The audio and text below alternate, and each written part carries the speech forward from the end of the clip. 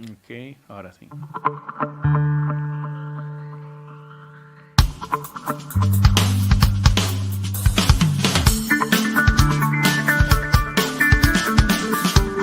Onda UNED.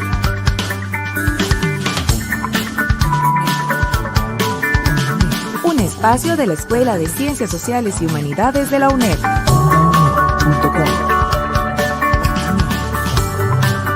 Hasta donde estés. Onda UNED. Acortando distancias.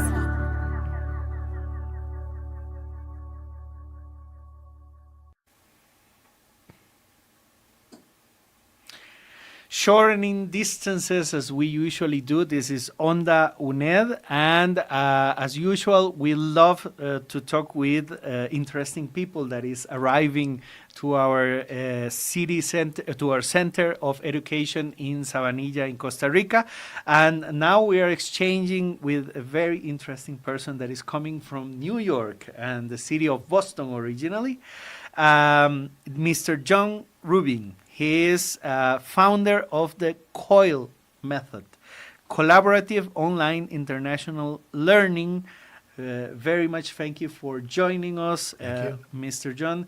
You're doing a series of workshops to academics and promoting the COIL method at UNED. Maybe we can start by you telling us about this method, how it works, and how it can improve the distance learning method of UNED. Sure. COIL actually arose in a traditional learning context, not in an online learning context. It was an evolution where there was a need for students to know other students around the world, to understand the world a little better. And traditionally, even in the US, very few students get to study abroad, to travel abroad. Maybe in the US, 10% of all students at university have this opportunity. In other countries, it's often 1% or even less. And I was fortunate to have an experience as a traveler myself. I visited the country of Belarus in Eastern Europe just after it became independent when the Soviet Union collapsed. So this was like 25 years ago. I met some very interesting students in Belarus. And when I returned to the US, where I was teaching film production actually, at the State University of New York, I thought maybe my students would be interested in communicating with these students in Belarus. So I approached my own students in my own class and I said, how would you like to meet some students from Belarus? And they said, I don't know, what's Belarus? So the interest was not great at first, but my students in Belarus had made short movies about their life when I visited with them. So I said, well, why don't we look at their movies? And they were just like home movies, really. We turned out the lights, we ran the movies. Afterwards, my US students couldn't stop asking questions about Belarus and these students' lives. And I was very excited by this. I said they communicated. Even though they were beginners as filmmakers, these students in New York really appreciated what they saw. So I came up with this idea of a course where students would produce videos in one country, send them to the other country. The students then, though, would not just view them, but they would make a response video, an answer to the video they got. And then it would continue. When it went back to the first country, they would make still another response, and then another. So they would make a 4-part video done over about 2 months, each team having about 2 weeks to make their short video, and we would see what we get. And the results were very exciting. The students learned a lot from each other, but they also visually argued. So maybe a video would come from Belarus and the US students would say, we can do better than this. We can do something different. So they would make something that was actually kind of contrary, sort of opposing almost. And so then the Belarusian students had to figure out, now what do we do? We're having a visual argument. And it was very interesting because the pairs each chose very different pathways. But it was so exciting to have to navigate this. This was done around 2002, a long time ago, before YouTube, before Facebook. None of the social media was yet active. So this idea of communicating through video internationally was extremely new. So I then said, well, how can we promote this? How can this be more than my class? And gradually meeting some other professors who had similar interests but were not filmmakers, we developed a model where student-to-student exchange internationally would be the core concept. And the idea was whether they were studying physics or sociology or graphic design, they would collaborate over these thousands of miles. They would learn about each other. They would see something of this new country through the eyes of the students. But in most cases, they still would never travel. So it made it possible for them to learn something about the world without having the cost of flying and living abroad, which most of them couldn't afford anyway. So that was the beginning of this idea. Gradually, then the issue was how to develop such an idea. You know, how do you spread an idea of this sort, which isn't easy to do, because at the beginning it was John Rubin's unusual film course. You can't really promote that very far. So we created a center called the Center for Collaborative Online Learning, and this was at the State University of New York, where I was based, and we invited many professors from different fields to come, and we would say, this is how you might do this in your field. And we would try, and this was the hard part, to find them a partner in another country, because there was no infrastructure in the world to find professors to work together in such a way. It didn't exist. So that became one of our challenges, and just to shoot towards the future, gradually people found this very interesting. I was very happy. At first I thought, who will go to all this effort? But more and more professors and schools wanted to do this. And it grew steadily and slowly as a format. Then COVID came. Now, COVID was a disaster for the world, but It was great for this. it was great for this, yeah. COVID helped a few things, and one was, so all of a sudden, all these universities that had international programs, where they were sending and receiving students, no more students traveling. Everybody was frightened of the disease, so they stopped moving. So they heard about COIL, and they said, let's do COIL. We can do COIL during the pandemic. And so hundreds of universities around the world started doing COIL because they couldn't send students anywhere. It was a very ironic way to expand the project, not one I would have planned or wished even, but it made it more popular. So that's kind of the early history of this COIL initiative. It's interesting because throughout the pandemic, we developed sort of a COIL mothering here without knowing COIL existed. Yes. It's called Comunica Territorios Network, so Territory Communication Network. And it's like a sort of COIL production system, but with people from all the regions of the country. And we Yes. produce content, and we every region generates its own content and then share it with another. And the same phenomena that you mentioned about international students happens with students of different regions Yes. within the country. I imagine it's the same with the Yes. US. People of Oregon has never traveled to New York, or people from New York has never gone to Florida. Yes. So it's always this exchange enriches people because it allows us to see the world from other perspective. What professions have worked well with this model? Well, it's complex because some of the most interesting of these COIL exchanges are interdisciplinary, not just in one area. I would say at this point in time, probably almost all disciplines have explored COIL, at least at some university. In the earlier days, the humanities and social sciences were very involved because they are themselves focused on culture and society. So they found this very friendly. But gradually, it's, for instance, business and business management. People need to work with colleagues around the world for business, and most students have never worked with somebody outside their country.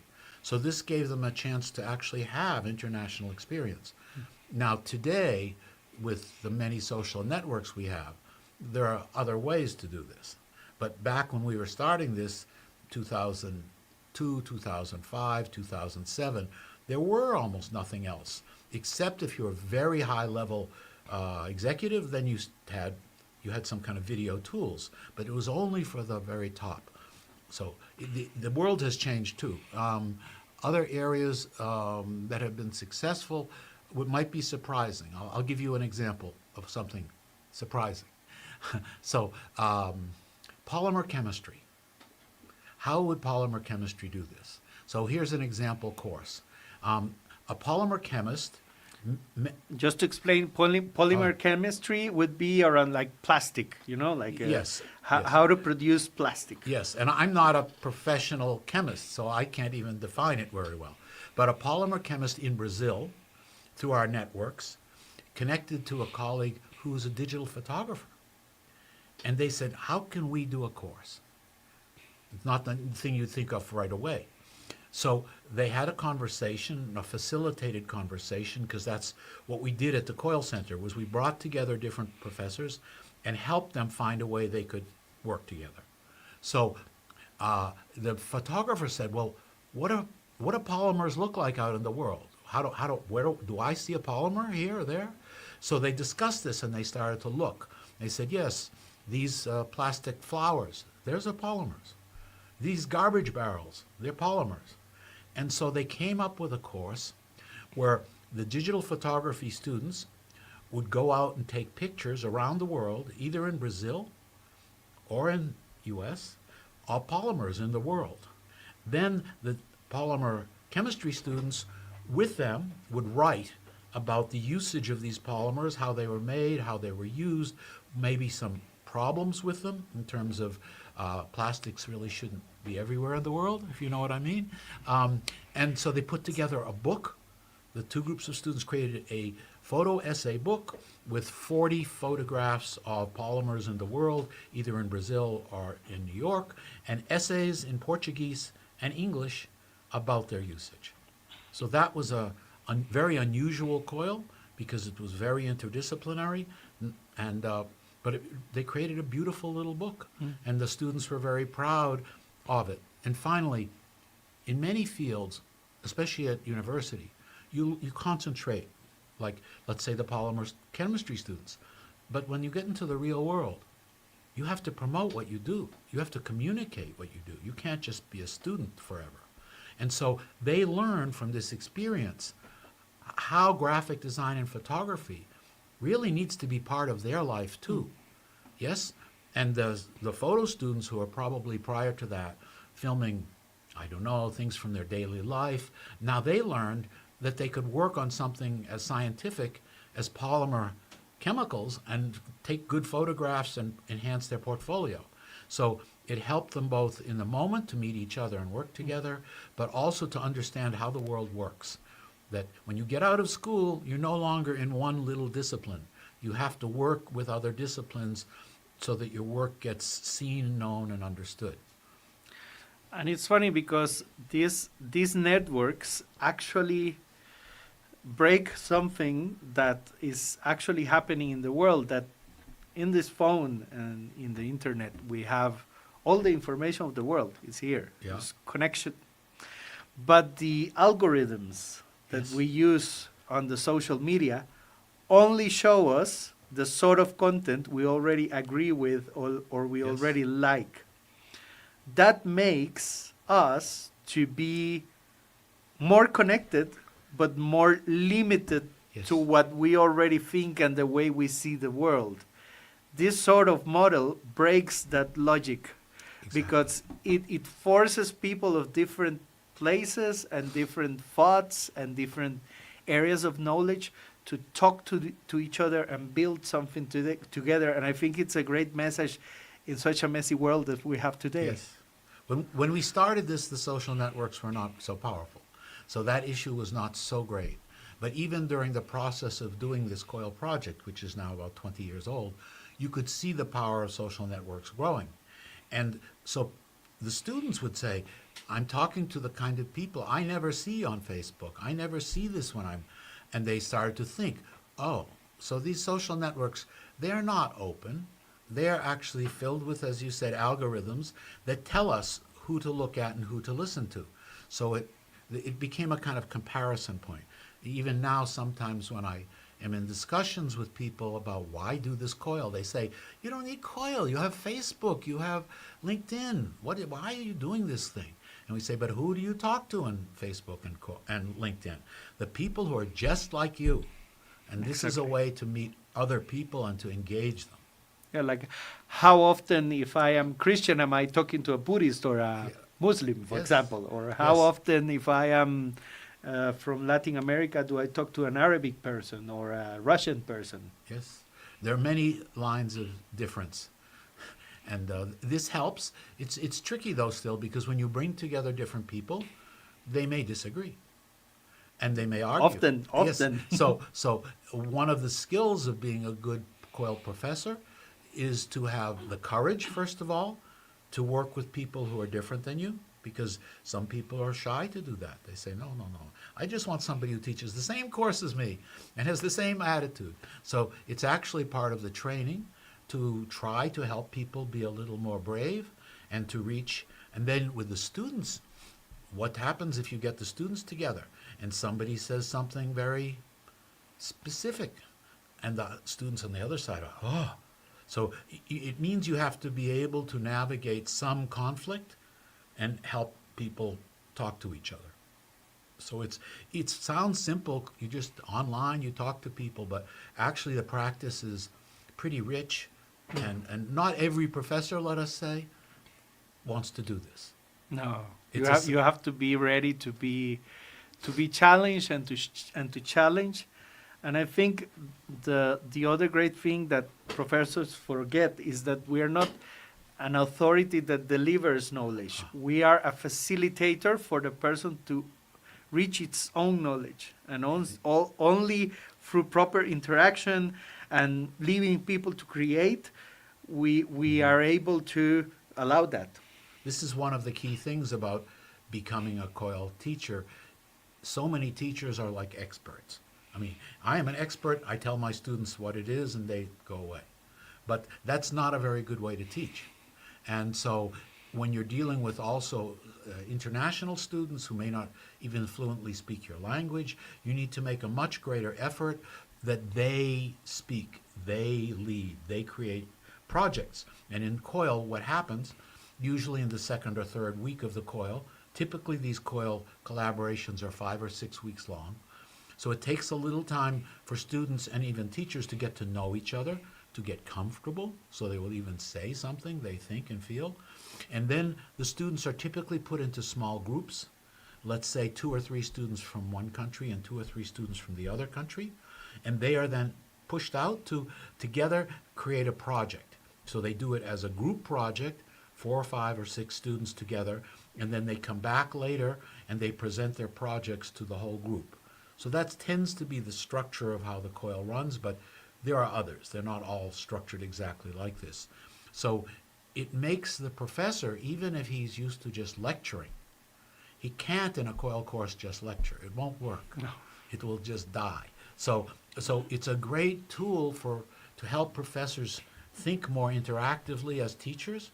And so this is, I was mentioning this, I don't know UNED that well, but if you have online teachers, sometimes it can be even easier to be a lecturer because you don't see the students so close up. So I think it's a very good training for online teachers to do a COIL course, which is highly interactive, which demands a certain response, and maybe then that new approach to teaching will help them in general as teachers. Yeah, in my experience, I've 2 times in my life I've studied in the British model in Australia Yes. and Britain. Australia follows Britain. And I've also studied in Costa Rica. And what I've found is that our model in Costa Rica is always very structured. Like you received a list of courses that you have to take, and that's your list. You cannot go out of there. Yeah. And usually you have a teacher that has a way of thinking, and you cannot challenge the teacher. Whereas when I've been in the British model, the 2 times I've been, it's been a very free model where I can actually choose from a list of courses, what do I want to study? And in a master's degree, for example, I had media courses, but then I had a course in community agriculture. And you say, how do you connect media with community agriculture? Well, thinking of those two things makes you think different, the way of how to communicate, so that people that makes agriculture and works in that field may receive proper communication. So I think this vision of COIL may make people talk to each other in a much better way and a much more integrated way. The other part of the way we develop this does a similar thing. So you would think, how do you do a COIL course? Well, maybe you enroll in it like a regular course, but no. What we decided in the early days of developing the model was that the COIL should be 4, 5, or 6 weeks long, but it should be embedded in existing classes. So as I said at the beginning, the polymer chemistry class and the digital photo class, they actually spent about 5 weeks of their semesters working together. The rest of the semester, they taught their normal material. So it's a kind of intervention into the normal structure. Why did we do this? Because to create a completely new course at most universities requires... Takes ages. Yes, it can take years to get approval. So we said, we're going to do this a sneaky way. We're going to have it be in courses that are already approved and already existed. Just the two teachers agree that for some weeks during the semester, they will do this special project in the middle of their class. They will still finish their normal course. There will still be a final exam, but we will find a way. So this has always been a challenge, how to do that, how to take 5 weeks out of, say, 15 weeks and do something different than you originally planned to do. But most teachers find a way. So, you catch me. We want to make it in a course. How do I start? How do I do it? Well, ideally, you begin with what's going on right now at UNED. There's a training workshop going on. I'm part of it, but actually a wonderful a person from Honduras is leading it, somebody that I worked with years ago, and she's working, of course, with a colleague here at UNED. So there are about a dozen teachers, and they're learning about COIL. They volunteered to come, I think. As far as I know, they volunteered to come. And so they're getting background. They're understanding what some case studies of how other courses were, issues like maybe time zones, like if you work with somebody in Japan and you're 12 hours apart, it's very hard. 16 hours apart. Yeah, so they learn some of these basic technical things, and then they need to find a partner. So maybe they even find a partner in this workshop, because, for instance, there are 2 people from Tennessee in the States at this workshop with the Costa Ricans, so maybe they find partnerships. But there are websites. I actually direct a website called COIL Connect, and the function, it's just coilconnect.org. If anybody who's hearing this wants to find it, it's very easy to locate. One of the purposes of the site is it lists different universities around the world that do COIL, and even professors who are doing very specific courses. So you can go on the site and you can look up a Spanish language course, or you can look up a optometry course or a chemistry, and find people doing this who want to COIL. So then you can write to them using the site and say, dear Professor Jones in New York, who's doing optometry, I do biology, maybe we can somehow work together. And then they write back to you. And so it's a site to help facilitate this happen. Then some universities who've developed, let's say, sophisticated COIL programs, they have hired people who do this work. They actually look for partners. They're staff people who do this to help the teachers find partners. Because if you leave it only to the teachers, sometimes their workload is so high, they're so busy that they can't do it. They don't do it. So this is part of the idea of institutionalizing COIL. It's not just professor to professor or student to student.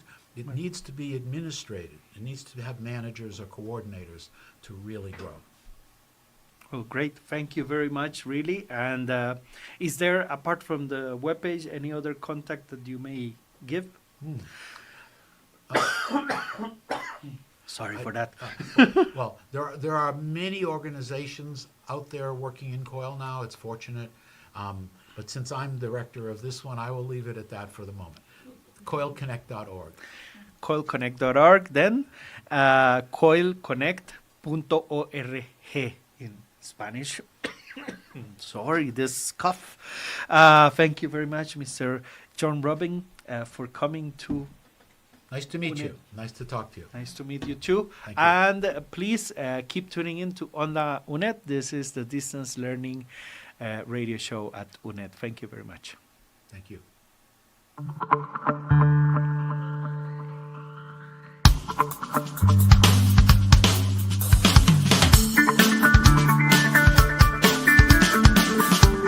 Onda UNED.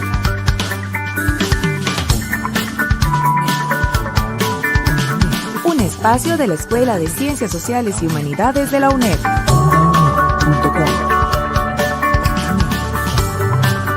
Hasta donde estés. Onda UNED. Acortando distancias.